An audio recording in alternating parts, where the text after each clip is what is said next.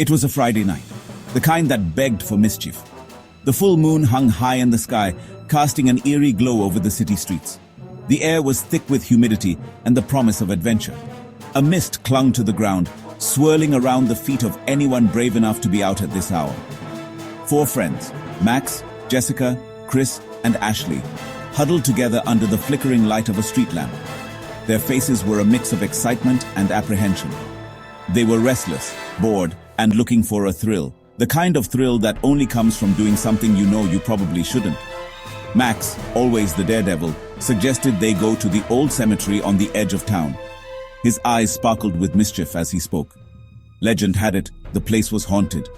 The others were hesitant, their minds racing with stories they'd heard over the years. Jessica, a firm believer in ghosts, felt a shiver crawl up her spine. She could almost hear the whispers of the spirits that supposedly roamed the cemetery. Chris, the skeptic of the group, scoffed at the idea, but a flicker of excitement danced in his eyes. He loved a good challenge, especially one that could prove his friends wrong. Ashley, torn between fear and curiosity, finally gave in to the group's adventurous spirit. Her heart pounded in her chest as she nodded in agreement. They decided to meet at the cemetery gates at midnight, armed with flashlights and a Ouija board. The plan was set, and there was no turning back now. The hours dragged by, each tick of the clock fueling their anticipation and dread. They could hardly focus on anything else, their minds consumed by what lay ahead. Finally, the clock struck 12, its chimes echoing like a death knell in the still night air. The moment of truth had arrived. With a mix of trepidation and excitement, they set off into the darkness, their footsteps the only sound breaking the eerie silence. The adventure of a lifetime was about to begin. A wrought iron gate, rusted and overgrown with ivy, marked the entrance to the cemetery. The gate, though ancient and weathered, still held an air of foreboding, as if it were a sentinel guarding the secrets within. Its sharp spires loomed against the night sky like skeletal fingers, beckoning them into the darkness. The moonlight cast eerie shadows, making the gate appear almost alive, as if it were reaching out to pull them into the unknown. A low fog had settled over the graveyard, shrouding the ancient tombstones in an ethereal mist. The fog swirled around their feet, adding to the sense of mystery and unease that hung in the air. An owl hooted in the distance, its mournful cry sending shivers down their spines. The sound echoed through the stillness, a haunting reminder of the life that thrived in the shadows. Taking a deep breath, Max pushed the gate open, its hinges groaning in protest. The sound was almost deafening in the quiet night, a stark contrast to the silence that enveloped them. The air grew heavy, laden with the scent of damp earth and decaying leaves. Each step they took seemed to stir up the scent, making it more pungent and inescapable.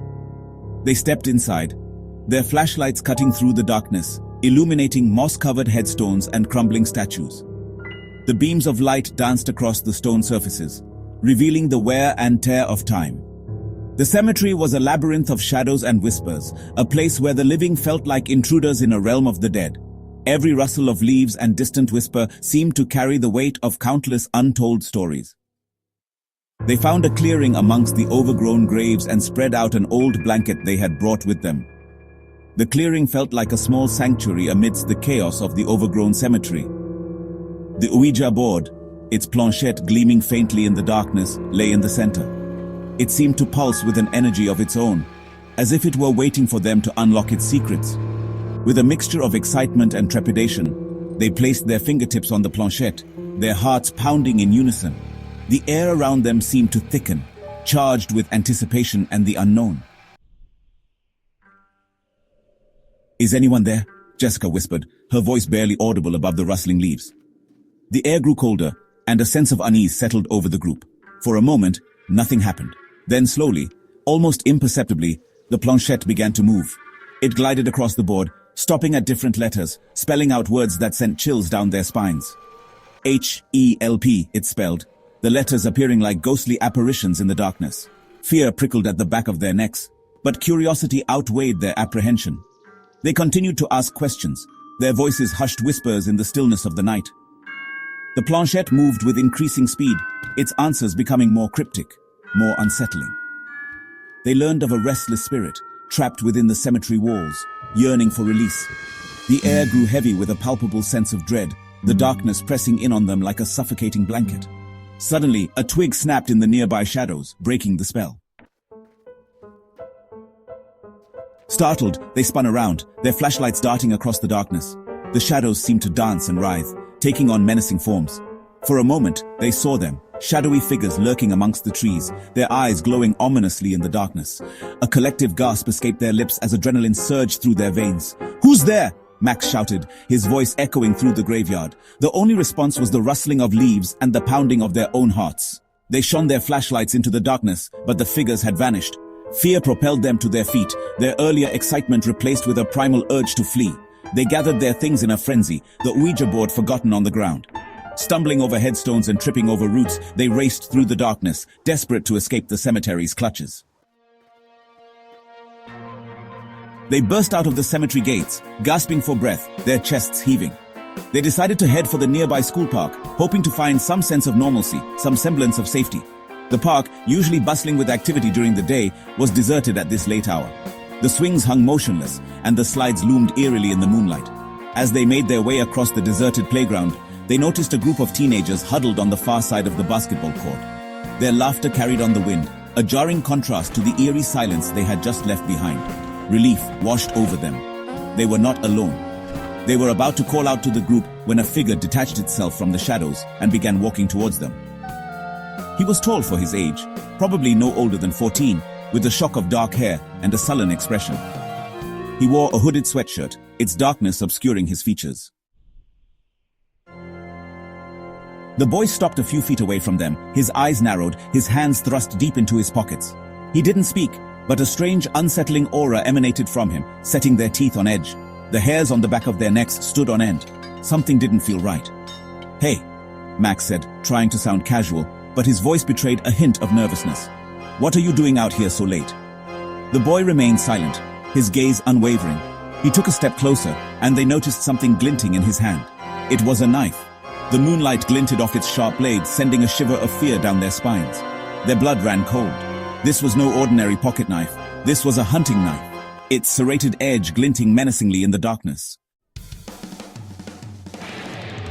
"We don't want any trouble," Jessica stammered, her voice trembling. But the boy kept advancing, his eyes cold and calculating. Fear, raw and primal, surged through their veins. They knew they had to get out of there, fast. "Run!" Chris shouted, and they scattered in different directions, their only thought escape. The boy lunged, the knife flashing in the moonlight. They could hear his footsteps pounding behind them, his ragged breathing close at hand. Adrenaline fueled their flight. They dodged behind trees, their lungs burning, their hearts pounding against their ribs. They could hear the boys' frustrated shouts echoing behind them as they disappeared into the maze of streets and houses, the darkness their only ally. They didn't stop running until they reached the brightly lit streets of the town center. They collapsed onto a bench, gasping for breath, their bodies trembling with fear and exhaustion. As they caught their breath, they realized that the sound of sirens filled the air, growing closer by the second.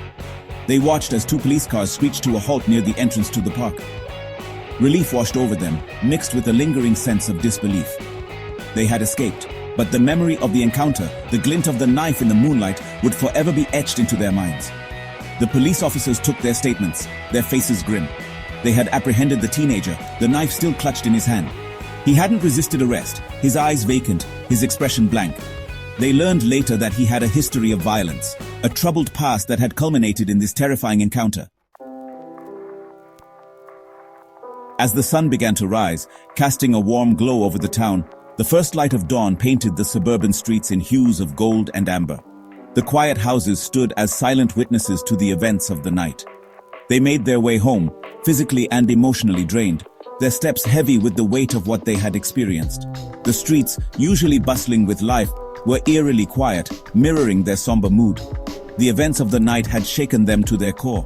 Faces that once held excitement and curiosity now bore expressions of deep contemplation and unease. They had gone looking for a thrill, a brush with the supernatural, hoping for a night of harmless fun and spooky stories. But what they found was far more real, far more terrifying than any ghost story. The fear they felt was palpable, a cold grip that refused to let go. They never spoke of the Ouija board again. The memory of that night was a silent pact among them, a shared secret that needed no words. The cemetery, once a place of morbid curiosity, now held a different meaning. It was no longer just a backdrop for their adventures.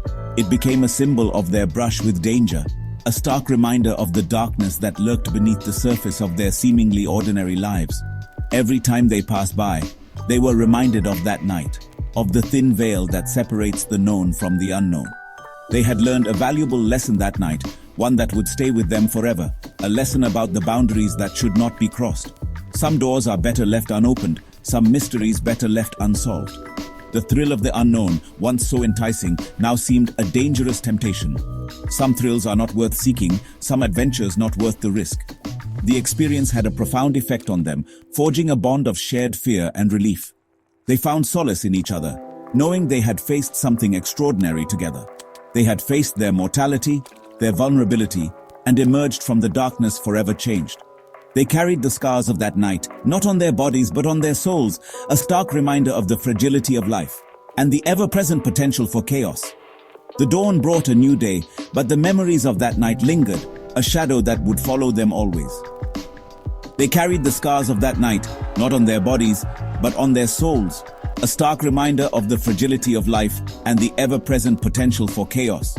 The dawn brought a new day, but the memories of that night lingered, a shadow that would follow them always.